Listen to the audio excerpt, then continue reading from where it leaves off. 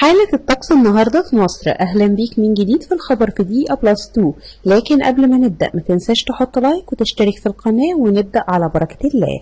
كشفت الأرصاد الجوية إن حالة الطقس النهاردة هتكون حار في النهار على أغلب الأنحاء ومائل للحرارة على السواحل الغربية، والطقس بالليل هيكون في أول الليل مائل للبرودة وفي آخره بارد.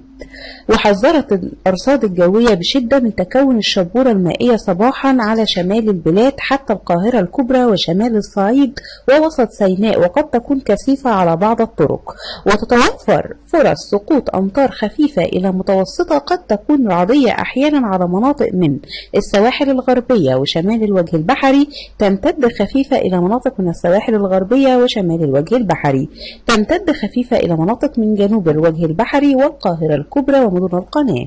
وبالنسبة لحالة البحر الأحمر تكون بإذن الله خفيفة إلى معتدلة، وارتفاع الموج من متر إلى متر 75 سنتي، والرياح السطحية شمالية شرقية. وبالنسبة لحالة البحر الأحمر تكون بإذن الله خفيفة إلى معتدلة، وارتفاع الموج من متر إلى متر ونصف، والرياح السطحية شمالية شرقية إلى جنوبية شرقية.